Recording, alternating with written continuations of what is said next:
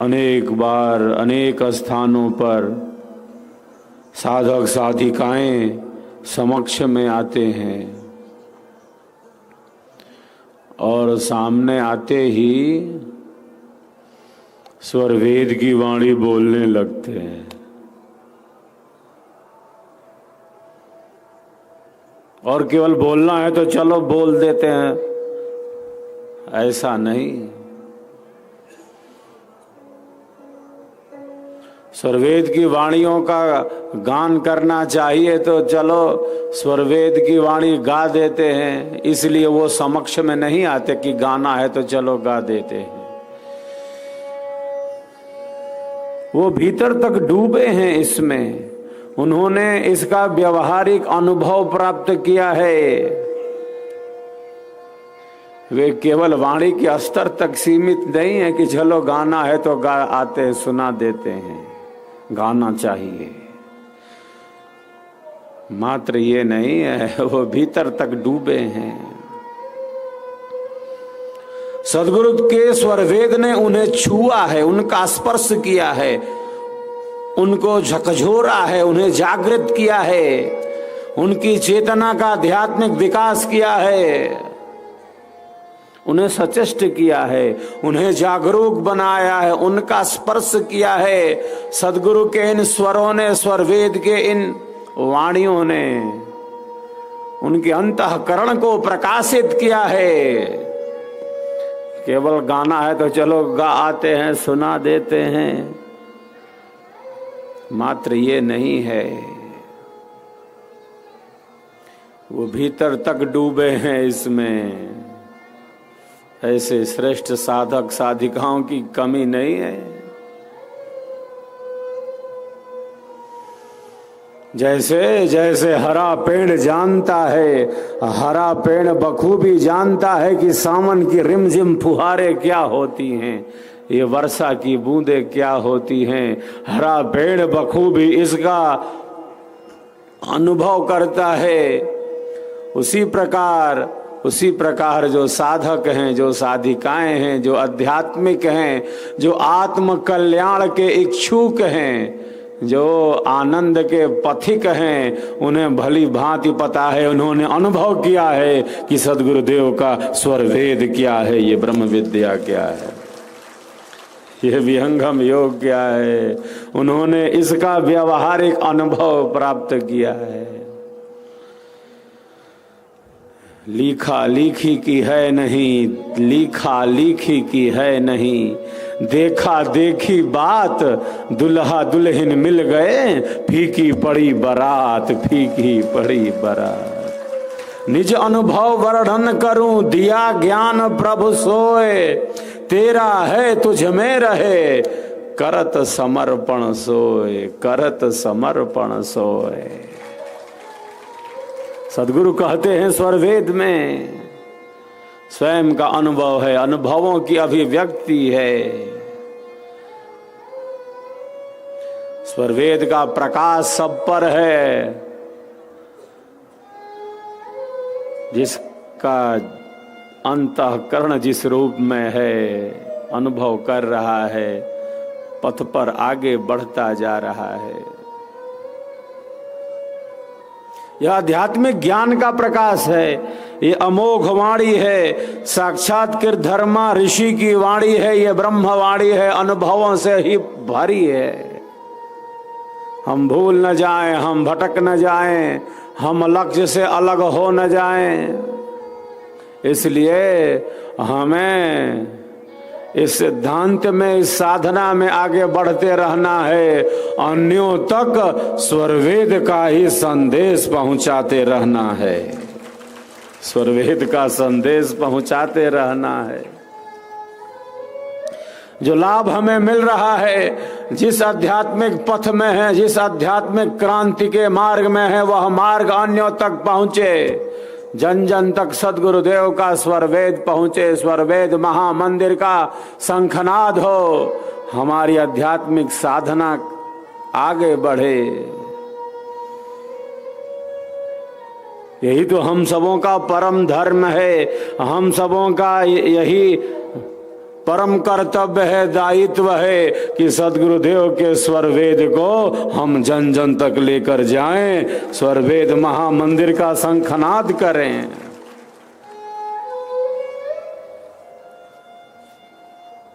यह स्वर वेद है और केवल स्वर वेद ही नहीं, स्वधर्म है, हमारा धर्म है।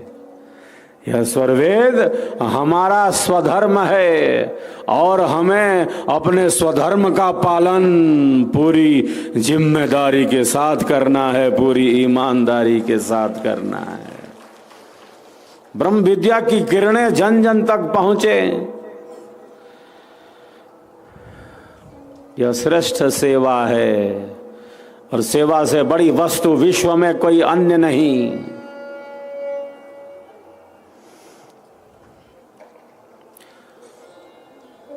जिस प्रकार ईश्वर की अनंत शक्तियां हमारी सेवा में लगी हैं,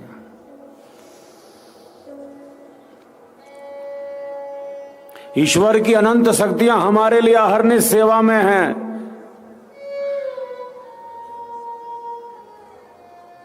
वैसे ही हमारा जीवन सेवा में आगे बढ़ता चले।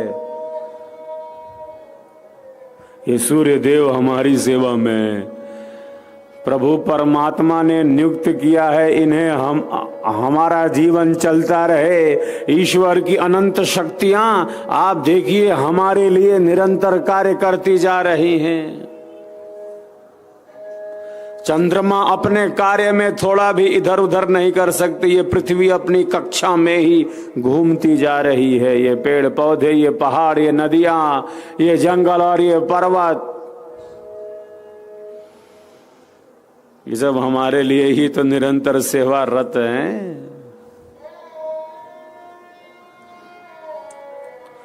वृक्ष कबहु नहीं फल भखे, वृक्ष कबहु नहीं फल भखे, नदी न संचय नीर, परमारथ के कारणे साधुन धरा शरीर, साधुन धरा शरीर। स्वरवेद के प्रचार का अर्थ यह है, स्वरवेद के प्रचार का अर्थ है कि हमारे कारण सबको सुख मिले, सबको शांति मिले, हमारे कारण आध्यात्मिक ज्ञान का प्रकाश फैलता रहे। स्वरवेद के प्रचार का अर्थ यही है कि हमारे कारण सबको आध्यात्मिक ज्ञान मिले, हमारे कारण किसी को भी अधर्म अज्ञान पूर्वक कष्ट ना मिले, हमारे कारण तो सबको सुख ही सुख मिले, सबको शांति ही शांति मिले।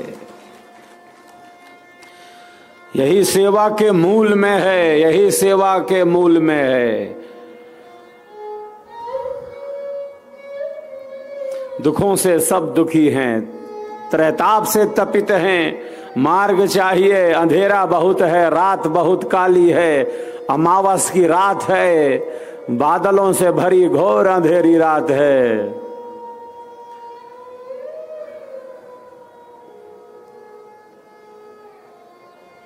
अविद्या का क्षेत्र विस्तृत है, अंधेरे का क्षेत्र विस्तृत है। अंधेरा कितना भी हो, प्रातः सूर्य देव की किरणें रात्रि की कालिमा को क्षण मात्र में ही नष्ट कर देती है, रात्रि की कालिमा को। इसीलिए प्रकाश के साथ रहना अच्छा है, प्रकाश के साथ जीना है, स्वयं स्वरवेद के सिद्धांत में गतिमान होना है और अन्यों तक इस संदेश को पहुंचाना है। हजारों हजार भाई और बहनों ने लाखों घरों में, परिवारों में स्वरवेद पहुंचाया है, स्वरवेद महामंदिर का शंखनाद किया है, स्वरवेद महामंदिर के निर्माण को बड़ी ही तीव्रता के साथ आगे बढ़ाया है। स्वरवेद महाग्रंथ को ही समर्पित है यह स्वरवेद महामंदिर धाम।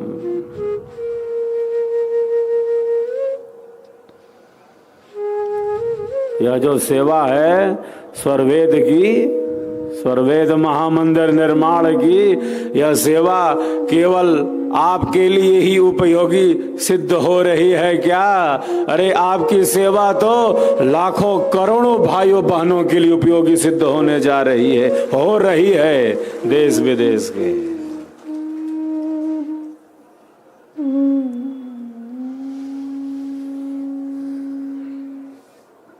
हमारे कारण किसी को भी कष्ट ना मिले, इसी को सेवा कहते हैं।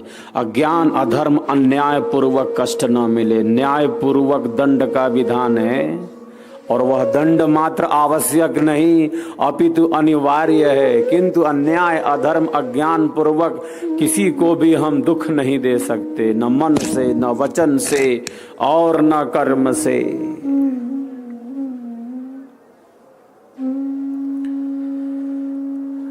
इसी को सेवा कहते हैं कि किसी को कष्ट न देना, हमारे कारण किसी को कष्ट न मिले। सब प्रभु के जीव हैं। अन्याय पूर्वक, अज्ञान पूर्वक, अधर्म पूर्वक किसी को भी पीड़ा न पहुंचे, न मन से, न वचन से और न कर्म से। हमारे महापुरुष कहते हैं तीनों में से किसी से न मिले।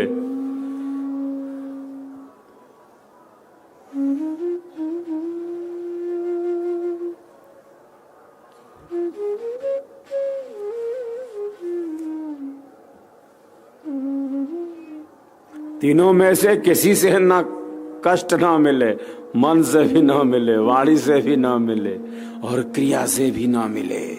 कितनी बड़ी बात कही है।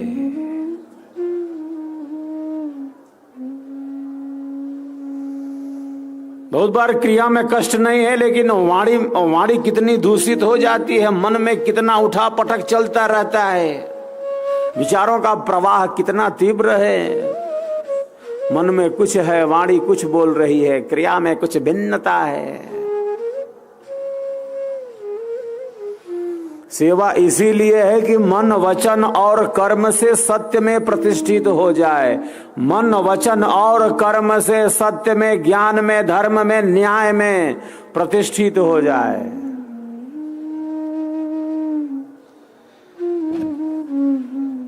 सेवा हमारे अहंकार का शमन करती है, हमें सहज बनाती है, सरस बनाती है,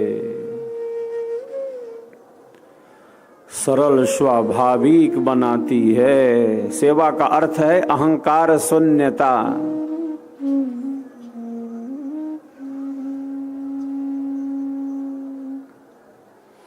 सेवा का अर्थ है अहंकार शून्यता, सहजता, सरसता, सरलता, स्वाभाविकता।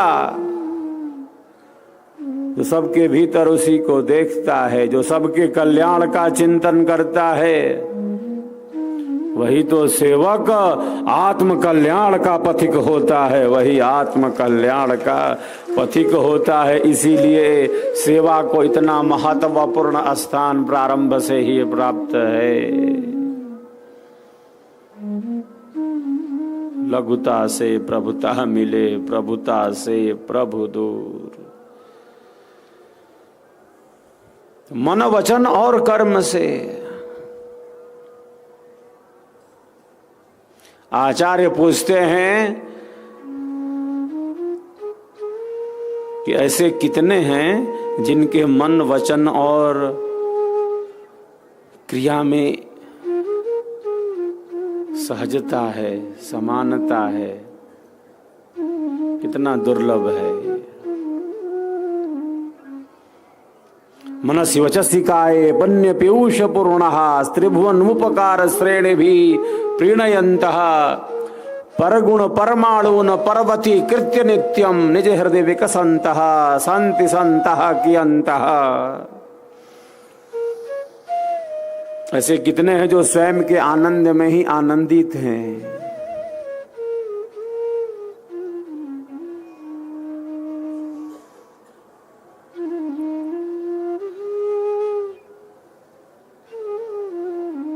जो दूसरों के छोटे से गुणों को बड़ा मानते हो,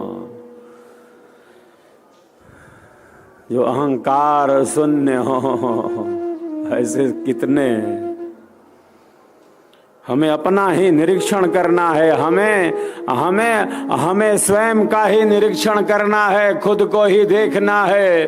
औरों को ही हम देखते रह जाते हैं, दूसरों का ही निरीक्षण करते रह जाते हैं, दूसरों के ही जज बन जाते हैं, अपने लिए वकील बन जाते हैं। दूसरों का फैसला सुनाने में हम बिल्कुल जैसे जज बनकर बैठे हों और अपने लिए वकालत करने लगते हैं, तर्क करते हैं। हमें स्वयं के विचारों को देखना है, मन में उठ रही तरंगों को देखना है, अध्ययन करना है। जो देखता है अपने विचारों को, जो पढ़ता है अपने विचारों को,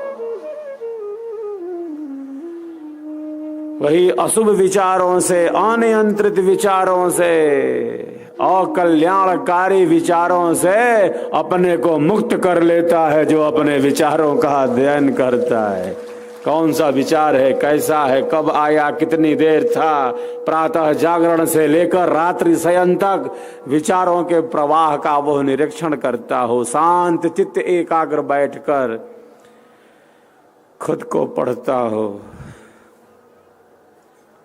विचारों की स्थिति का निरीक्षण करता हो।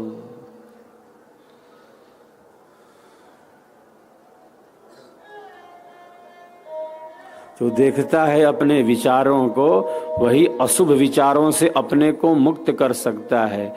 जो देख ही नहीं रहा और विचारों के प्रवाह के साथ बहा जा रहा है, मन के चंगुल में बहा जा रहा हो।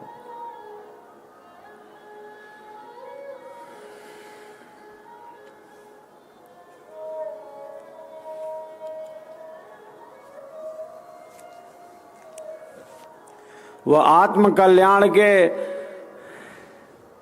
मार्ग को कैसे प्रशस्त करेगा? वह आत्म कल्याण के मार्ग को कैसे प्रशस्त करेगा? जो बिल्कुल मन के कब्जे में, मन के बहकावे में है।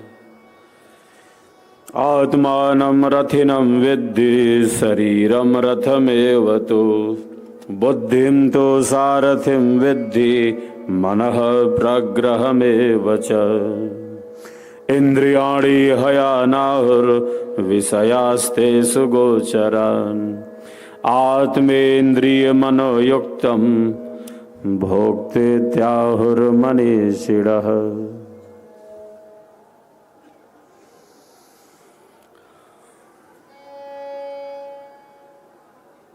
कितनी सुंदर उपमा दी इसमें। सदगुरुदेव कहते हैं, इंद्रिय अश्व और मन रज्जु, बुद्धि सारथी जान, आत्मरथी रथ देह है, त्रिगुण भाव पथ ज्ञान।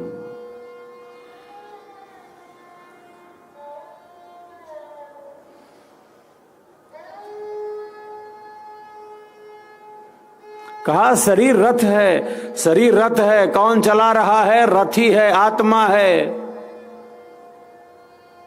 शरीर रथ है और कितना सुंदर सर्व साधन संपन्न ये शरीर मिला है, इसे कहा रथ है। कौन चला रहा है इस रथ को? रथी है, आत्मा है। इंद्रिय गण घोड़ों के समान है।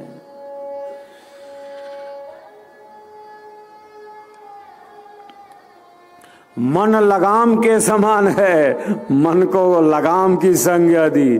घोड़े किधर दौड़ते हैं? घोड़े उधर ही दौड़ते हैं जिधर लगाम का सहारा होता है। इंद्रियां उधर ही जाती है जिधर मन है, जिधर लगाम है।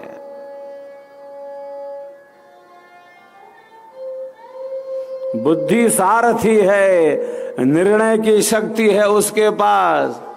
मन के किसी भी विचार पर बुद्धि ने निर्णय दे दिया कि हाँ चलो ठीक है, और वह निर्णय आत्मा के अनुकूल नहीं रहा, तब अधोगति है। मन पर नियंत्रण न होने से ये जो बलवान घोड़े लगे हैं गड्ढे में ले जाकर गिरा देते हैं। लगाम पर नियंत्रण न होने से ये घोड़े गड्ढे में ले जाकर रथ को गिरा देते हैं। कष्ट कौन भोगता है? जो रथ पर सवार है, जो रथ का स्वामी है, जो रथ पर बैठा है, जो रथी है। मन की चंचलता से भोगना किसी को पड़ेगा, मन को कि बुद्धि को? ईश्वर कर्म का फल किसे देता है? मन को देगा कि बुद्धि को? आत्मा को देगा, जीव को ही मिलेगा। जीव को ही कर्मों का फल प्राप्त होता है।